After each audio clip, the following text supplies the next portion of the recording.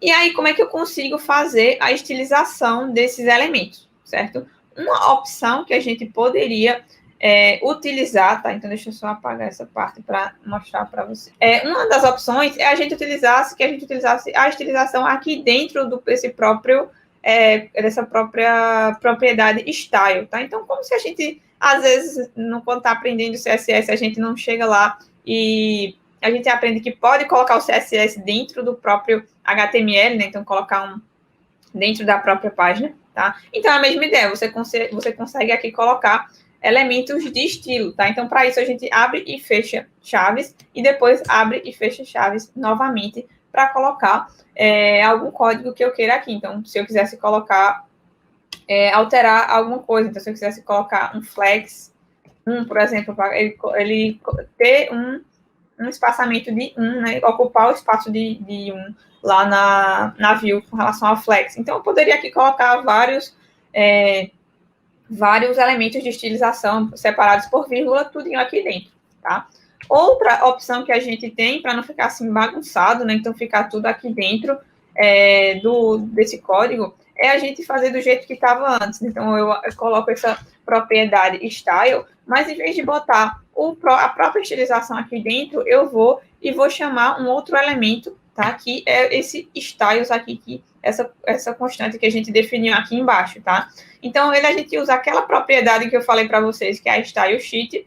Então, eu chamo stylesheet.create e vou aqui dentro dessa função criar toda a parte de estilo dos componentes, tá? E aí, esses aqui são nomes que a gente vai dar para cada um dos elementos, tá? Então, é como se a gente estivesse aqui dizendo, como no CSS a gente não coloca lá P para parágrafo, coloca as divs, coloca as classes, certo?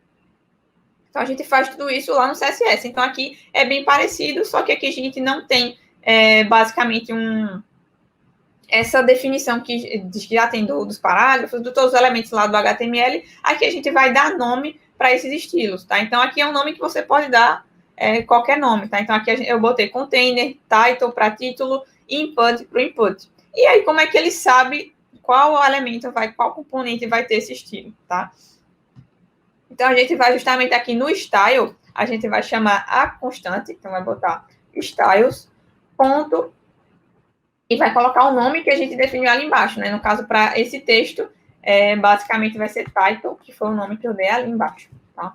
Então, a mesma coisa a gente pode fazer para qualquer um desses componentes, tá? Então, percebam que aqui eu dei utilizei a mesma ideia, mas coloquei o nome desse estilo para input, porque esse era o input, e aqui eu dei o nome de button, porque esse aqui é um button, tá? Então, você pode dar qualquer nome, tá? Então, não é porque está em inglês assim que já foi predefinido, não, tá? Então, você pode estar definindo, pode não, né? Você deve definir o nome para cada um desses estilos, tá? E outra coisa que eu queria falar para vocês é que, por mais que se pareça CSS, não é CSS, tá?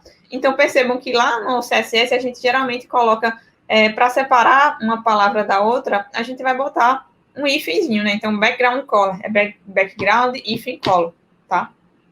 Aqui não, então aqui a gente sempre, ele sempre utiliza a primeira letra da próxima palavra, ela é em maiúsculo, tá? Então, se você tentar botar aqui background hífen color, vai dar erro, certo?